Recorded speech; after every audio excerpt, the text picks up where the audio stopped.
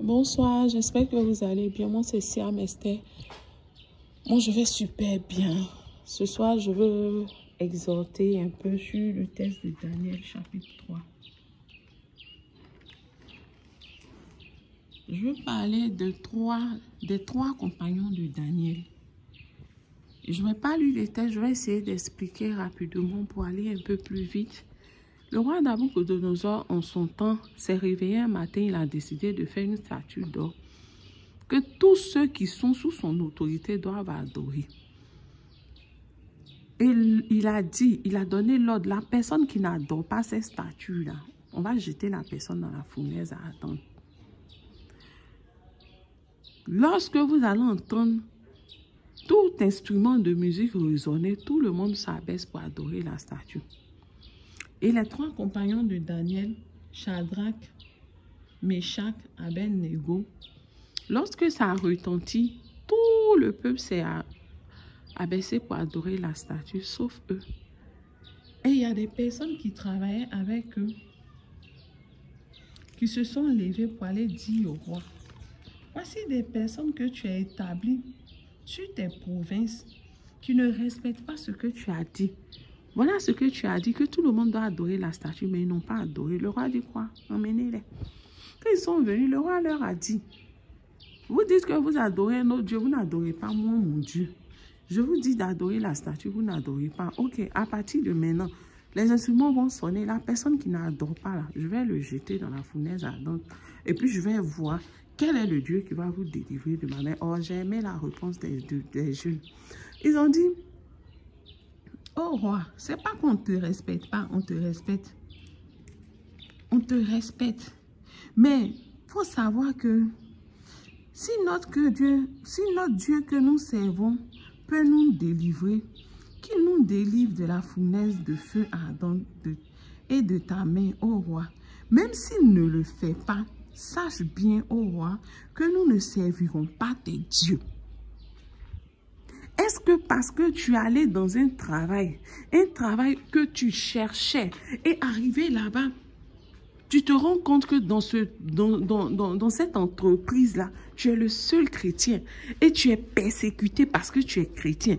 Est-ce que tu oses t'arrêter pour dire devant la face de Dieu que si c'est parce que moi, je suis chrétien qu'on me persécute là, moi, je ne vais pas lâcher la main de Dieu. Moi, je vais rester attaché à Dieu. Moi, je vais regarder à Dieu. Moi, je vais continuer sur cette lancée. Même si on me persécute, même si je suis menacée de renvoi, je crois en un Dieu puissant qui est capable de restaurer ma situation dans cette entreprise ou qui est capable de me donner une entreprise plus meilleure. Mais je prie aujourd'hui que si quelqu'un traverse cela, que ce que Dieu a fait pour ces trois jeunes hommes, que Dieu le fasse pour toi.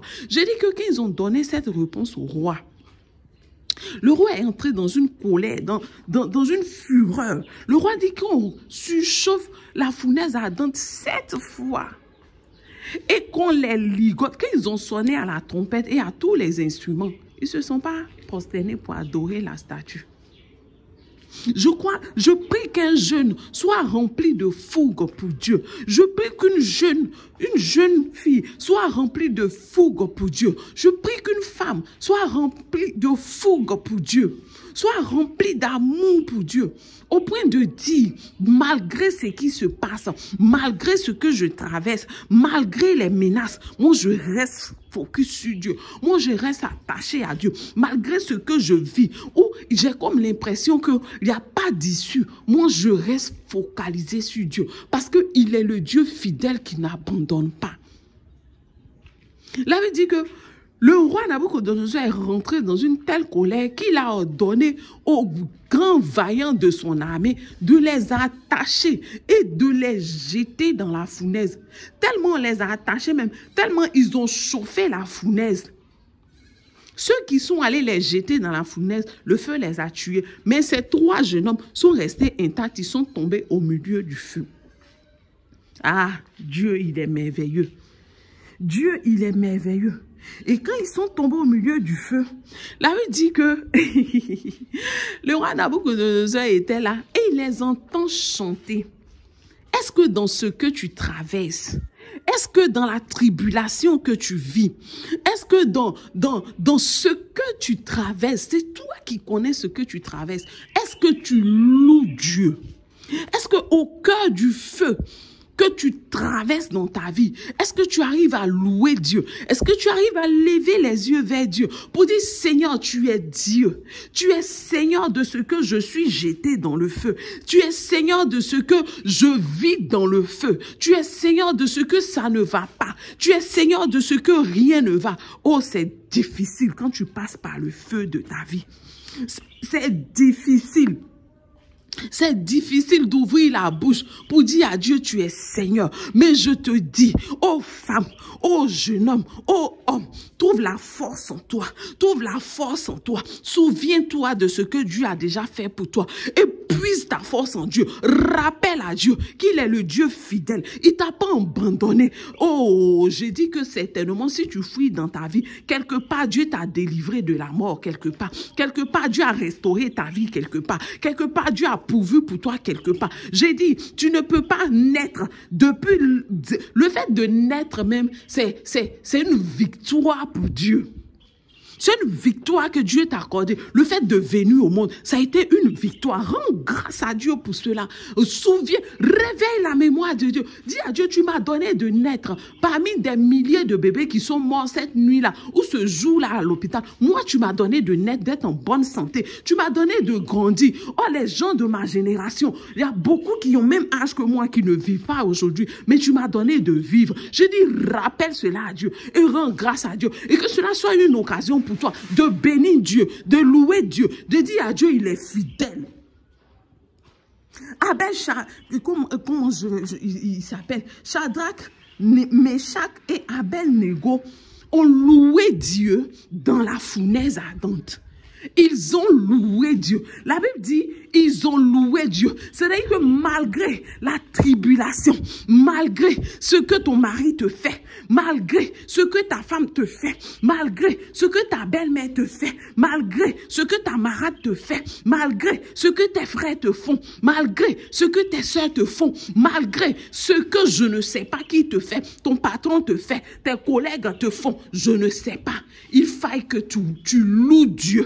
Il faille que tu sois en pleine louange et adoration de Dieu pour que véritablement ceux-là qui te persécutent, ceux-là qui te font souffrir, puissent savoir que tu es Dieu, puissent savoir que tu es Dieu, puissent savoir que Dieu est Dieu dans ta vie.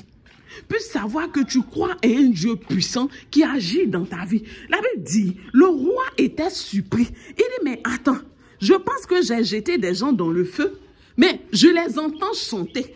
Comment on peut surchauffer la fournaise ardente cette fois qui a tué des personnes qui sont allées vous jeter dans le feu? Et puis étant dans le feu, je vous entends chanter. Ah, je prie que les ennemis de ta destinée puissent t'entendre chanter, dans ce que tu traverses. Là où ils ont dit que tu es stérile, là où ils ont dit que tu ne pourras pas faire d'enfants, là où ils ont dit que tu ne vas pas te marier, là où ils ont dit que toi tu ne vas pas prospérer, là où ils ont dit que parce qu'on l'empêchait de finir ses études, il ne peut pas prospérer, il ne peut pas travailler dans cette entreprise parce qu'il n'a pas les diplômes requis.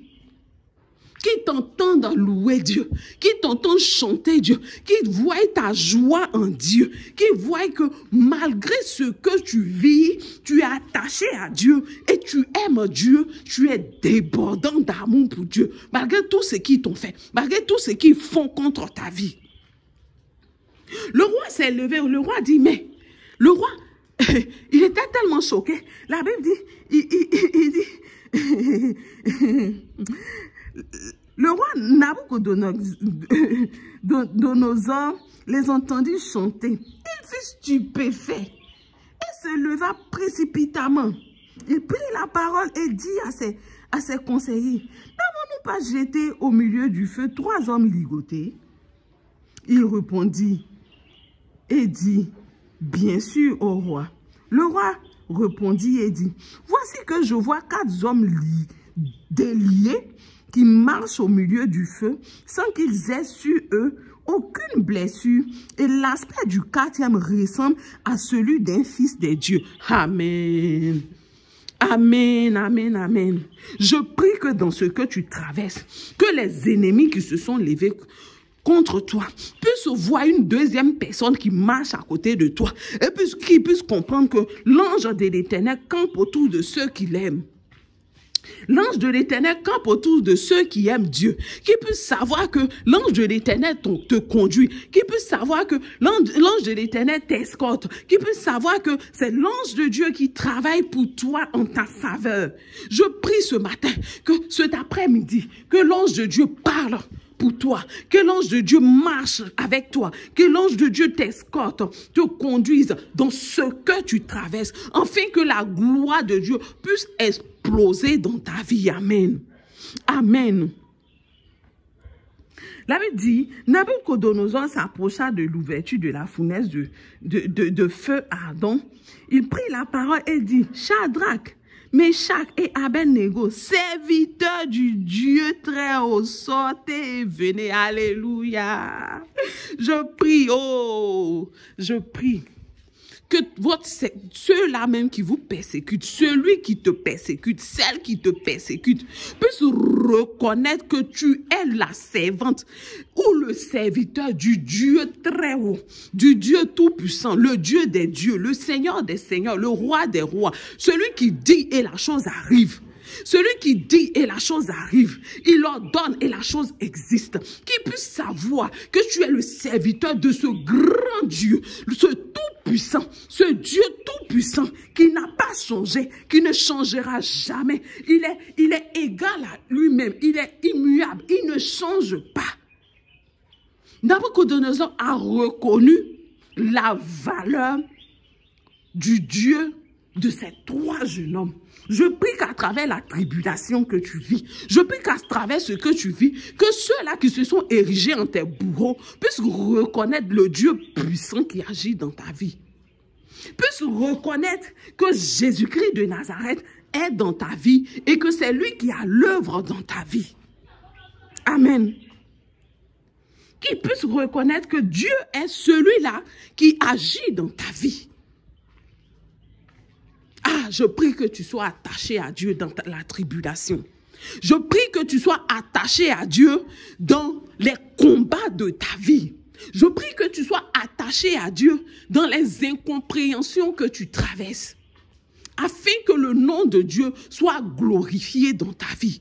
Afin que le nom de Dieu soit élevé au travers de ton histoire. Afin que tous ceux qui se sont dressés sur ton chemin, comme tes ennemis, puissent glorifier le nom de ton Dieu. Puissent élever le nom de ton Dieu. Car à quoi ça sert de croire à un Dieu puissant? Et que ceux-là même qui te combattent ne puissent pas reconnaître en toi qu'il y a un Dieu puissant qui agit dans ta vie. Alléluia. À quoi cela sert de croire à un Dieu où ton entourage, ceux qui travaillent dans le secret contre toi, ne puissent pas se rendre compte de l'importance de ce Dieu-là dans ta vie, de la valeur de ce Dieu-là, des bienfaits de ce Dieu-là dans ta vie. Mais toi, il faille que tu restes fidèle à Dieu. Il faille que tu sois fidèle à Dieu. Il faille que tu n'aies pas peur de servir et de dire haut et fort que c'est en ce Dieu-là que je crois. C'est ce Dieu que j'ai choisi, quelles que soient les adversités, quelles que soient les tribulations, quel que soit ce que je crois sur mon chemin, je reste attaché à ce Dieu puissant et fort de ma vie. Et si tu crois à un Dieu puissant et fort qui est capable d'agir dans ta vie, tu verras sa main puissante agir dans ton histoire. Mais toi, reste fidèle. La Bible dit, ils ont été menacés de mort. La fournaise a été réchauffée 7 fois. Mais ils ont dit, même si mon Dieu ne me délivre pas, oh, je veux qu'une femme arrive à dire, même si Dieu ne me donne pas un enfant, il reste mon Dieu.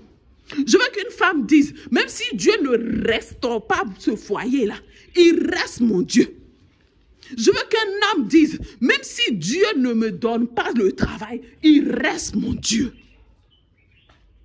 C'est à ça que je veux emmener quelqu'un aujourd'hui. Aimer Dieu au-dessus de ce que tu recherches. T'attacher à Dieu au-dessus de ce à quoi tu espères. Aimer Dieu plus que tout. Aimer Dieu plus que tout, s'attacher véritablement à ce Dieu en qui nous croyons. Ne plus croire à un Dieu que nous limitons dans notre vie. Que nous limitons l'agir dans notre vie parce que nous avons une petite vision de lui. Mais savoir en qui nous croyons et comment ce Dieu est tout puissant et il est capable d'agir dans notre vie. La Bible dit, il n'a pas changé. Ce qu'il a fait hier, il le fait aujourd'hui. Il le fera demain encore. Alléluia. La Bible dit, au sortir de toute cette histoire, Nabuchodonosor a pris un décret pour dire, tous ceux de son royaume qui vont parler du Dieu de Abed-Nego, Shadrach et Meshach de manière vulgaire, ceux qui vont oser parler de ce Dieu comme si c'était leur camarade, eux, leurs maisons périront. Je dis, quand Dieu suscite un problème dans ta vie, c'est parce qu'il veut régler un autre problème. Quand Dieu soulève un problème dans ta vie, c'est parce qu'il veut régler un autre problème. Peut-être que parmi le peuple, là, les peuples parlaient. Peut-être que les gens parlaient de manière vulgaire de ce Dieu tout-puissant. Peut-être que les gens prenaient le nom du Dieu de ces trois jeunes hommes-là pour faire cuidant dans leur bouche. Et Dieu voulait enlever son nom dans leur bouche. Et il fallait que Dieu passe par là. Peut-être que le fait que Dieu a fermé tes entrailles, c'est parce que tu dois faire un enfant glorieux qui doit vraiment servir l'Éternel. Mais il faille que tu rentres dans cette dimension où Anne est entrée avec Dieu pour que Dieu puisse ouvrir ses entrailles, pour qu'elle puisse faire Samuel. Il faille que tu rentres dans une autre dimension avec Dieu pour que Dieu te propulse dans ta destinée. Il faille que tu rentres dans une autre dimension avec Dieu. Aujourd'hui, nous sommes chrétiens, mais nous n'avons pas de vie de prière en tant que telle. Nous nous rassemblons en communauté, en fraternité pour prier. Mais à la maison, c'est les... oui, merci Seigneur pour tout ce que tu as fait pour moi. Oh, merci Seigneur, je te confie ma famille. Oui, à demain Jésus. Non. Il faut que tu sois une femme de prière, une femme qui cherche Dieu, une femme qui aspire à la connaissance véritable de Dieu, une femme qui cherche véritablement à être ancrée en Dieu, à rentrer dans cette présence de Dieu. Que nous arrêtons d'être des chrétiens du dimanche, des chrétiens préformés. Cherchons véritablement Dieu. Dans le nom de Jésus, il y a une dose de puissance qui, lorsque cette puissance-là vient dans ta vie et qu'elle ne trouve pas la puissance qu'il faut parce que tu es une femme de prière, parce que tu es un homme de prière, ne produira pas le miracle escompté pour décanter ta situation. Il faille que tu sois un homme de prière, un homme qui se réveille la nuit et qui prend une heure pour adorer Dieu, pour chercher la face de Dieu, pour chercher à connaître qui est ce Dieu, pour chercher à rentrer en intimité avec Dieu. Il faille que tu sois une femme de prière, une femme de feu. Afin que lorsque le nom de Jésus va venir rencontrer cette puissance de feu qui est en toi, parce que tu es un homme, une femme de prière, ça puisse décanter les situations, ça puisse sauter, Seigneur, tout ce qui bloque ta vie au nom de Jésus. Je bénis le nom de Dieu pour ce temps d'exhortation. Je prie que ce temps-là parle à un cœur. Je prie que Dieu restaure une vie de prière, une vie d'un homme, d'une femme qui va écouter cette exhortation. Je prie que Dieu vous restaure. Je prie que vous soyez fidèles à Dieu dans la tribulation. Je prie que vous soyez fidèles à Dieu dans le combat de vos vies, afin que vous puissiez voir la main de Dieu agissante dans votre vie. Car le Dieu en qui moi je crois, c'est un Dieu fidèle. C'est un Dieu qui n'abandonne pas. Il ne m'a pas abandonné. Au cœur de ma détresse, il a été là. Au cœur de ma détresse, il m'a délivré de la mort. J'ai tellement de témoignages pour glorifier le nom de Dieu, pour démontrer que ce Dieu est fidèle. Il est fidèle. Si je suis là à te parler de la fidélité de Dieu, c'est parce que j'ai expérimenté la fidélité de Dieu. Il est fidèle. Il est fidèle. Ne l'oublie jamais, il est fidèle. Sur ce, je m'arrête là. Je vous aime, mais Dieu vous aime encore plus.